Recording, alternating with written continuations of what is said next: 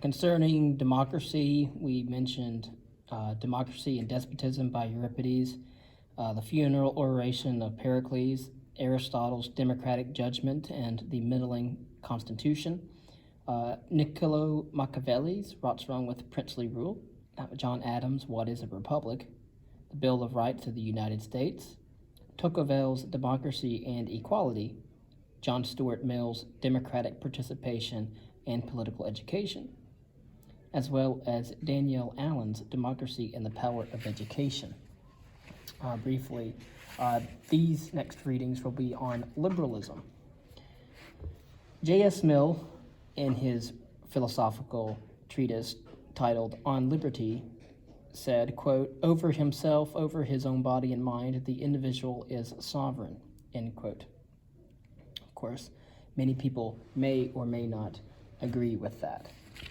Concerning liberalism, the sources which we are going to be talking about will be from Thomas Hobbes, The State of Nature and the Basis of Obligation, John Locke's Toleration in Government, Thomas Paine's Government, Rights, and the Freedom of Generations, the Declaration of Independence of the United States of America, the Declaration of the Rights of Man and of Citizens, Adam Smith's Private Profit, Public Good, Immanuel Kant's Freedom and Enlightenment, J.S. Mill's Liberty and Individuality, William Graham Sumner's According to the Fitness of Things, T.H. Green's Liberalism and Positive Freedom, Donald Allen on Paternalism versus Democracy, a Libertarian View, Murray Rothbard's Libertarian Anarchism, and Philip Selznick's The Communitarian Persuasion. And in any case, let us begin. For more than 3 centuries, the hallmark of liberalism has been the attempt to promote individual liberty. But this very broad goal leaves room for liberals to disagree amongst themselves as to what exactly liberty is and how best to promote it. Indeed, this disagreement is now so sharp that liberalism is split into 2 rival camps of neoclassical and welfare liberals. Later in the reading, we shall see how this split occurred. But first we need to look at that broad area of common ground on which all liberals meet, the desire to promote individual liberty. The words liberal and libertas both derive from the Latin liber, meaning free. Liberal did not enter the vocabulary of politics until early in the 19th century. However, long after libertas was widely used as a political term, and at least a century after ideas now regarded as liberal were in the air. Before the 19th century, liberal was commonly used to mean generous or tolerant, an attitude that supposedly befit a gentleman, just as a liberal education was meant to prepare a young gentleman for life. Liberal still means generous or tolerant, of course, as when someone says that a teacher follows a liberal grading policy or a child has liberal parents. But nowadays, though, and through an extension of this common use, liberal more often refers to a political position or a political point of view. The first clear sign of this political use occurred in the early 19th century when a faction of the Spanish legislature adopted the name Liberales. From there, the term traveled to France and Great Britain, where the party known as the Whigs evolved by the 1840s into the Liberal Party. These early liberals shared a desire for a more open and tolerant society, one in which people would be free to pursue their own ideas as well as their interests with as little interference as possible. A liberal society was to be, in short, a free society. But what makes a society free? What is freedom? And how can we best promote it? These questions have occupied liberals for more than 3 centuries, providing the grounds not only for arguments among liberals, but also for disputes between liberalism and other ideologies, such as conservatism. And of course, as we see, we'll cover conservatism, then we'll cover socialism and communism, during Marx's time and after Marx's time. Then we'll talk about fascism, liberation ideology, liberationism, and then we'll talk about other isms or ideologies such as green politics or politics concerning ecology. And then finally, we'll talk about radical Islam. Liberalism, human nature, and freedom. First, we noted some conception of human nature provided the underpinnings for every political ideology. In the case of liberalism, the emphasis on individual liberty rests on a conception of human beings as fundamentally rational individuals. There are, we shall see, significant differences among liberals on this point, but in general, liberals stress individuality and individual liberty, largely because they believe that most people are capable of living freely. This belief sets them apart from those who believe that human beings are at the mercy of uncontrollable passions and desires, first pushing in one direction, then pulling in another. Of course, I would attest to that strongly. Liberals acknowledge that people do have passions and desires, but they maintain that people also have the ability, through reason, to control and direct their desires. Most women and men, they insist, are rational beings who know what is in their own interests and, given the opportunity, are capable of acting to promote those interests. Liberals generally agree that self-interest is the primary motive for most people. Some argue that self-interest should be given free rein, while others respond that it should be carefully directed in order to promote the good of all. But most hold that it is wisest to think of people as beings who are more interested in their own good than in the well-being of others. This implies in turn that all these rational, self-interested men and women will find themselves competing with one another in their attempts to promote their own personal interests. This is healthy, liberals say, as long as the competition remains fair and stays within proper boundaries. Exactly what is fair, and where are these proper bounds, and where do they lie? This is a subject of sharp disagreement among liberals, and as is the question of how best to promote competition. For the most part, though, liberals are inclined to regard competition as a natural part of the human condition. On the liberal view, then, human beings are typically rational, self-interested, and competitive. This implies that they are capable of living freely. But what does it mean to live in this way? How, that is, do liberals conceive of freedom? To answer this question, let us employ the model introduced earlier, depicting freedom as a triadic relationship involving an agent who is free from some obstacle in order to pursue some goal. In the case of liberalism, the agent is the individual.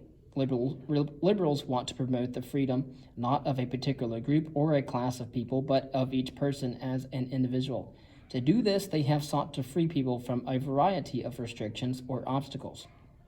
In the beginning, liberals were most concerned with removing social and legal barriers to individual libertas, especially social customs, ties of feudal dependence, and religious conformity. Since then, though, other liberals have claimed that poverty, racial and sexual prejudice, ignorance, and, of course, illness are also obstacles to individual liberty.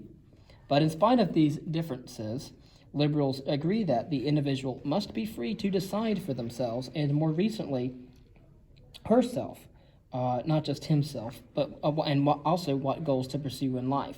Most liberals have believed, that is, that the individual is the best judge of what is in his or her interest, so each person ought, therefore, with others' freedoms, to live as they see fit. That is to say that equality is also an important element in the liberal conception of freedom. In the liberal view, each person is to have an equal opportunity to enjoy liberty. No person's liberty is more important or valuable than any other's. But this does not mean that everyone is to be equally successful or to have an equal share of the good things of life, whatever they may be. Liberals do not believe that everyone can or should be equally successful, only that everyone should have an equal opportunity to succeed. Liberalism thus stresses competition, for it wants individuals to be free to compete on an equal footing for whatever they count as success. Anything that prevents a person from having an equal opportunity, whether it be privileges for the aristocracy, monopolies that block economic competition, or discrimination based on race, religion, or gender, can be an obstacle to a person's freedom that ought, indeed, to be removed. Liberalism, in short, promotes individual liberty by trying to guarantee equality of opportunity within a tolerant society. In the English-speaking world, these ideas are so much a part of our lives and our way of thinking that they seem natural. But that is because these liberal ideas are so much a part of our heritage throughout Western civilization. These ideas were not always taken for granted. However, not even in England and Europe, to appreciate their full significance, we need to see how liberalism began as a reaction against the European society of the medieval world. Concerning the medieval origins and historical background, the origins of liberalism can be traced to a reaction against two of the characteristic features of medieval society in Europe: religious conformity and ascribed status. This reaction, which developed over the course of centuries, took different forms in different times and different places. By the time liberal entered the political vocabulary in the early 19th century, however, a distinctive political viewpoint had clearly emerged. Concerning religious conformity, liberals called for freedom of religion and separation of church and state. These ideas ran counter to the dominant ways of thinking in the Middle Ages, especially when the church and state were supposed to be partners in the defense of Christendom, or the Christian religion in general. Indeed, there was no clear distinction between church and state in medieval Europe. For its part, the Christian church saw its mission as saving souls for the kingdom of God, something that could be best done by teaching and upholding orthodoxy, or what they termed correct belief. Those who took an unorthodox view of Christianity or rejected it entirely thus threatened the church's attempts to do what it saw as the work and will of God. In response to these threats, the church used its powers and called on the kings and other secular authorities to use theirs to enforce conformity to church doctrine. For their part, the secular rulers were usually willing, out of either religious conviction or simply a desire to maintain order in their domains, to suppress those whom the church considered heretics or infidels. Throughout medieval Europe, then, religious and political authorities joined forces in order to ensure conformity to the doctrines of the Roman Church, which they believed to be the true and universal path to the kingdom of God. Ascribed status. The other feature of medieval society in the Middle Ages to which early liberals objected was ascribed status. In a society based on ascribed status, a person's social standing is fixed or ascribed at birth, and there is little that he or she can do to change it. This stands in stark contrast to a society based on achieved status, in which everyone is supposed to have an equal opportunity in order to work his or her way to the top, or for that matter, to the bottom of society. But equality of opportunity was by no means the ideal of medieval society. To be sure, Christians in the Middle Ages professed that all people are born equal in the eyes of God. But this kind of equality was compatible in their eyes with great inequalities in life here on earth. What counted was the state of one's soul in medieval Europe, not one's status in society. Yet status mattered very much in earthly life, for one's position and prospects were fixed by his or her social rank, order, or estate. This was especially true under feudalism, which became the main form of social and economic organization in Europe after the disintegration of Charlemagne's empire in the 9th century. Under feudalism, an intricate web of relationships developed in which one knight, the lord, would give the use of land to a lesser knight, the vassal, in return for military service. The vassal might then divide the land into parcels to be offered to others, who then, in exchange for various services, became his vassals. In the beginning, the original lord retained ownership of the land, with the vassal receiving only the right to use the land and enjoy its fruits. These relationships gradually became hereditary, leading to a complicated network of ranks, statuses, and loyalties. In one respect, though, feudalism simplified matters by reinforcing the existing tendency to divide society into two broad classes of people, those of nobles and those of commoners. As feudal relationships were passed down the generations, a distinct class of land-owning nobles or aristocrats took shape. These nobles thought themselves naturally superior to the commoners, who were the great majority of the people. They also believed that their noble birth entitled them to exercise authority over the commoners and to enjoy privileges and liberties unavailable to common men and women. This emphasis on social rank or estate was reflected in the parliaments or estates general that began to appear in the late Middle Ages, or the High Middle Ages. These political bodies, usually summoned by kings, spoke for the different orders of society. The Estates General of France, for instance, which first convened in the year 1302, comprised representatives of the clergy, or the first estate, the nobility, the second estate, and the commoners, the third estate. Because the members of this last group, the commoners, the third estate, lived mostly in the cities and towns, they were called bourgeoisie. There were no representatives for those who were not free, such as the serfs. Serfs, from the Latin servus, means slave. Of course, in the Greek, it is doulos. These were commoners, but they were not free. They were peasants or agricultural laborers. Unlike free peasants, the serfs owned no land.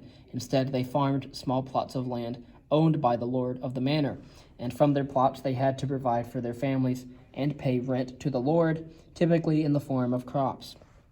The most distinctive feature of serfdom, however, was the serfs' lack of freedom to choose where to live and what work to do. Serfs were often legally attached to the land or the person of the lord. By custom and law, they were bound, hence the term bondsman or bondservant, either to remain on and work the land where they were born, or, if attached to a person, to serve the lord wherever required.